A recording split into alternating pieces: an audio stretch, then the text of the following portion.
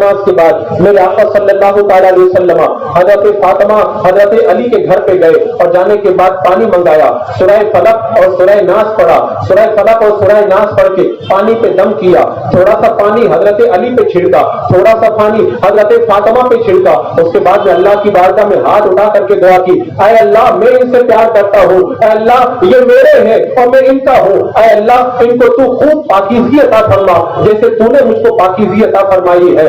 اب حضرت خاتون جنت جب میرے آقا سے گھر سے رخصت ہو کر کے حضرت علی کے گھر پہ جانے لگی، اللہ اکبر، تو کیسا منظر ہوگا جب کونین کی شہزادی دلہن بن کے اپنے مقدس شوہر کے گھر پہ جا رہی تھی۔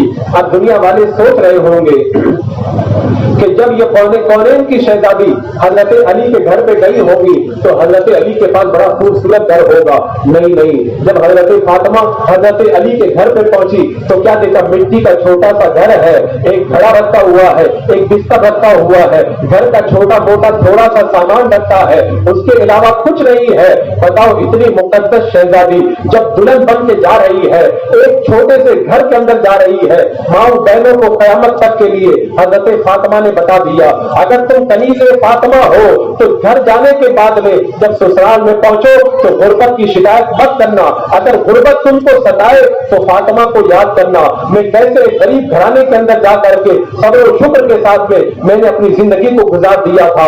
اللہ اکبر۔ اب حضرت فاطمہ پہلے تو روزانہ اللہ کے رسول سے ملاقات کرتی تھی، اب جب مکان دور ہو گیا حضرت علی کے پاس چلی گئی تو روزانہ ملاقات نہیں ہو پاتی تھی، اللہ کے رسول کی بارگاہ میں آئی اور آنے کے بعد میں کہا، یا رسول اللہ، مسجد نبوی کے پاس میں حضرت حارثہ کے بہت سارے مکانات ہیں، آپ حضرت حارثہ سے کہہ دیں ایک مکان ہم کو دے دیں تاکہ ہم بھی قریب میں آ جائے، روزانہ آپ کا دیدار ہو جایا کرے گا۔ اللہ کے رسول نے فرمایا، میری بیٹی فاطمہ حضرت حارثہ پہلے بہت سارے غریبوں کو مکان دے چکے ہیں، اب مجھے ان سے کہتے ہوئے شرم آتی ہے۔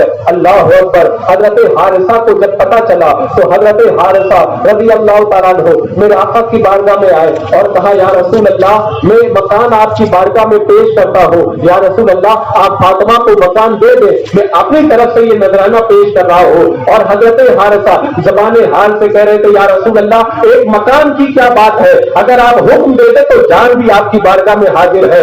اللہ تبارک و تعالیٰ نے جو بھی عطا کیا ہے وہ آپ کے صدقے میں عطا کیا ہے، نہ شاہوں سے ملا ہے نہ تونگر سے ملا ہے، اللہ کا عرفان اسی در سے ملا ہے، اوروں کو ملا ہے تو مقدر سے ملا ہے، یا رسول اللہ مجھ کو تو مقدر بھی تیرے در سے ملا ہے۔ اللہ نعرہ تکبیر، نعرہ رسالت، مسلک اعلی حضرت مولائے کائنات خاتون جنت حضرت علامہ و مولانا محمد ساجد علی جان مصباحی رضائے مصطفیٰ اسلامک سینٹر، نعرہ تکبیر، نعرہ رسالت۔ حضرت خاتون جنت رضی اللہ تعالیٰ عنہ سے ملاقات کے لیے میرے آقا جب ان کے گھر میں جاتے، حضرت فاطمہ کھڑی ہو جاتی اور ادب سے اڑ کے استقبال کرتی، میرے آقا کا ہاتھ چومتی، اپنی جگہ بٹھاتی، اور جب میں حضرت فاطمہ میرے آقا کی بارگاہ میں جاتی، اللہ کے رسول اٹھ کر کے کھڑے ہو جاتے، حضرت فاطمہ کو بٹھاتے۔ اس دور میں میرے آقا نے اپنی بیٹیوں کے ساتھ میں پیار کرنے کا یہ طریقہ عطا فرمایا۔ اللہ اکبر۔ ایک دن میرے آقا صلی اللہ تعالیٰ علیہ وسلم حضرت فاطمہ کے گھر پہ گئے تو میرے آقا سے فرمایا، میرے آقا علیہ السلام نے حضرت فاطمہ سے فرمایا، بیٹی فاطمہ کیا میں اندر آ سکتا ہوں؟ حضرت فاطمہ نے کہا، یا رسول اللہ آپ اکیلے ہیں؟ کہا نہیں، میرے ساتھ میں عمران بھی ہے۔ اللہ اکبر۔ حضرت فاطمہ عرض کرنے لگی، یا رسول اللہ آپ اندر تشریف نہ لائے۔ میرے آقا نے فرمایا، کیوں بیٹی فاطمہ؟ عرض کی، یا رسول اللہ میرے پاس ایک ہی چادر ہے، دوسری چادر نہیں ہے جس سے میں پردہ کر سکوں۔ اللہ اکبر۔ میرے آقا علیہ الصلوۃ والسلام نے اپنی چادر عطا فرمائی اور کہا، میری بیٹی فاطمہ لو تم اس سے پردہ کر لو۔ میں آپ سے پوچھنا چاہتا ہوں، حضرت خاتون جنت کے پاس میں صرف ایک چادر تھی اور پردے کے لیے مزید چادر نہ تھی، ایسے گھر کے اندر حضرت فاطمہ رہ رہی تھی لیکن کبھی شکایت نہیں کی، یا رسول اللہ میں اس غریب گھر کے اندر نہیں رہ سکتی۔ حضرت فاطمہ نے عورتوں کو بتا دیا، اگر تمہارا شوہر غریب ہو تو کبھی اپنے باپ سے جا کر کے شکوہ مت کرنا، اگر کبھی شکوہ کرنے کے لیے شیطان بہکائے تو میری زندگی کو یاد کر لینا۔ اب اللہ کے رسول علیہ السلام جب اندر تشریف لائے، دیکھا کہ حضرت فاطمہ کا چہرہ بالکل پیلا پڑا ہوا ہے بھوک کی وجہ سے، پوچھا میری بیٹی بیٹی کیا تم بیمار ہو؟ عرض کی یا رسول اللہ کئی دن ہو گئے ہیں کھانے کے لیے کچھ نہیں ملا ہے۔ میرے آقا صلی اللہ تعالی علیہ وسلم نے کہا بیٹی صبر کرو اللہ تم کو جنت عطا فرمائے گا۔ ایک موقع پہ اور میرے آقا صلی اللہ علیہ وسلم حضرت فاطمہ سے ملاقات کے لیے گئے تو گھر میں پہنچے تو کیا دیکھا کہ موٹے چمڑے کی کمبل اس پر کئی پیوند لگے ہوئے ہیں، حضرت فاطمہ اسی کو اوڑے ہوئے ہے اور بیماری کی حالت میں ہے۔ اللہ اکبر، میرے آقا نے دیکھا تو اللہ کی بارگاہ میں دعا فرمائی اور کہا بیٹی صبر کرو۔ تیسری مرتبہ ایک بار اللہ کے رسول علیہ الصلوۃ والسلام جب اپنی بیٹی کے گھر گئے پوچھا بیٹی کیا حال ہے؟ عرض کی یا رسول اللہ حال تو سب ٹھیک ہے لیکن بھوک سے بڑی پریشانی ہے، بھوک سے بڑی تکلیف ہو رہی ہے، کئی دن ہو گئے کھانا نہیں ملا ہے۔ اللہ کے رسول علیہ السلام نے یہ نہیں فرمایا کہ علی جب تم کو کھانا بھی نہیں دے سکتے تو علی کے گھر پہ رہنے کی ضرورت نہیں ہے، نہیں نہیں، میرے آقا صلی اللہ تعالی علیہ وسلم اگر حضرت فاطمہ کو اپنے گھر پہ لے آتے تو قیامت تک کے لیے مسلمانوں کے لیے پریشانی کا باعث ہو جاتا۔ پھر اس کے بعد میں کوئی بھی باپ آتا اپنی بیٹی کو لے کر کے گھر چلا جاتا کہ تم میری بیٹی کو سکھ نہیں دے رہے، میں تمہارے پاس میں اپنی بیٹی کو نہیں رکھوں گا۔ میرے آقا نے یہ نہیں کیا بلکہ بڑی سنت قائم کی اور کہا میری بیٹی صبر کرو، اور اللہ کی بارگاہ میں ہاتھ اٹھا کر کے دعا کی اے اللہ میری بیٹی کو کبھی بھوک نہ ستائے۔ حضرت فاطمہ بیان کرتی ہے اس دن کے بعد میں مجھے بھوک تو لگتی تھی لیکن اللہ کے رسول نے جو دعا فرمائی تھی اس دعا کی برکت سے بھوک کی وجہ سے مجھے کبھی تکلیف نہیں ہوتی تھی۔ ایک بار اللہ کے رسول گھر پہ آئے تو دیکھا کہ حضرت فاطمہ کا نام ہے، حسن بھی نہیں ہے، حسین بھی نہیں ہے، حضرت علی بھی نہیں ہے۔ پوچھا کیا ہوا؟ کہا کہ حسن اور حسین بھوک سے پریشان تھے، حضرت علی ان کو لے کر کے گئے ہیں ان کے کھانے کا انتظام کرنے کے لیے۔ میرے آقا جب گئے تو دیکھا کہ حسن اور حسین مٹی کے اندر دھوپ میں کھیل رہے ہیں اور حضرت علی کھجوریں توڑ رہے ہیں۔ میرے آقا نے فرمایا کہ اے علی بچوں کو تم نے دھوپ پہ بٹا دیا۔ عرض کی یا رسول اللہ بھوک سے بچے تڑپ رہے تھے، میں نے کہا کچھ کھجوریں توڑ کر کے بچوں کو کھلایا جائے۔ یا رسول اللہ کچھ انتظار کر لے، تھوڑی کھجوریں اور توڑ لیتا ہوں تاکہ فاطمہ کے لیے لے کر کے چلے۔ حضرت علی نے کچھ کھجوریں اور توڑی۔ اب جب نکل کر کے آنے لگے ایک کو میرے آقا نے گود میں لے لیا، دوسرے کو حضرت علی نے گود میں لے لیا اور گھر پہ پہنچے، کھجوریں رکھی، اہل بیت نبوت بیٹھ گئے، فاطمہ ہے، علی ہے، حسن اور حسین ہے، کونین کا آقا ہے، کونین کا آقا بھی ساتھ میں موجود ہے اور کھجوریں کھا کر کے اللہ کے رسول علیہ الصلوۃ والسلام پیٹ بھر رہے ہیں اور تناول فرما رہے ہیں۔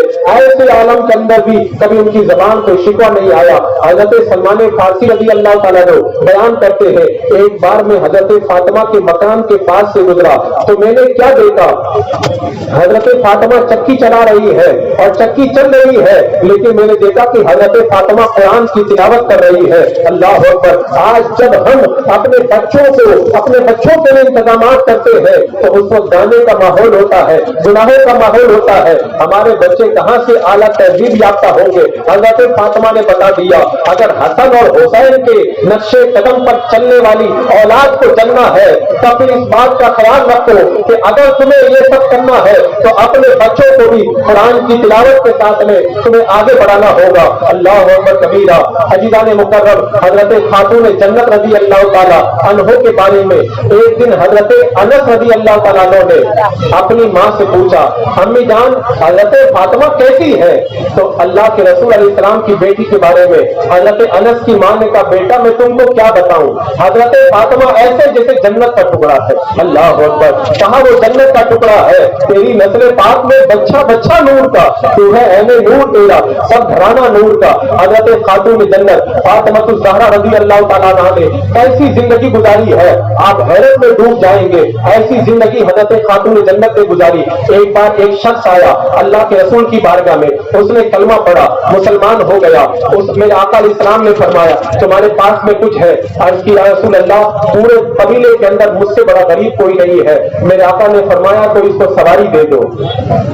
ایک بندے نے سواری دے دی، میرے آقا نے فرمایا تو اس کا سر ڈھانپ دو۔ حضرت علی نے اپنا امامہ دے دیا، کسی نے اپنا کپڑا دے دیا، میرے آقا نے فرمایا تو اس کو کھانا کھلا دو۔ اب ایک صحابی اٹھے مدینے کے اندر چکر لگانے لگے تاکہ کھانے کے لیے کچھ مل جائے۔ جب کہیں پر کچھ نہ ملا حضرت فاطمہ کے گھر میں گئے اور جانے کے بعد میں کہا اللہ کے رسول کی بارگاہ میں آج ایک بندہ آیا، اس نے کلمہ پڑھا اور کلمہ پڑھنے کے بعد میں اللہ کے رسول نے فرمایا اس کے لیے کھانے کا انتظام کر دیا جائے، میں آپ کے دروازے پہ آیا ہوں۔ حضرت فاطمہ نے کہا میرے گھر میں کھانے کے لیے کچھ ہے نہیں، لیکن جب اللہ کے رسول نے بھیجا ہے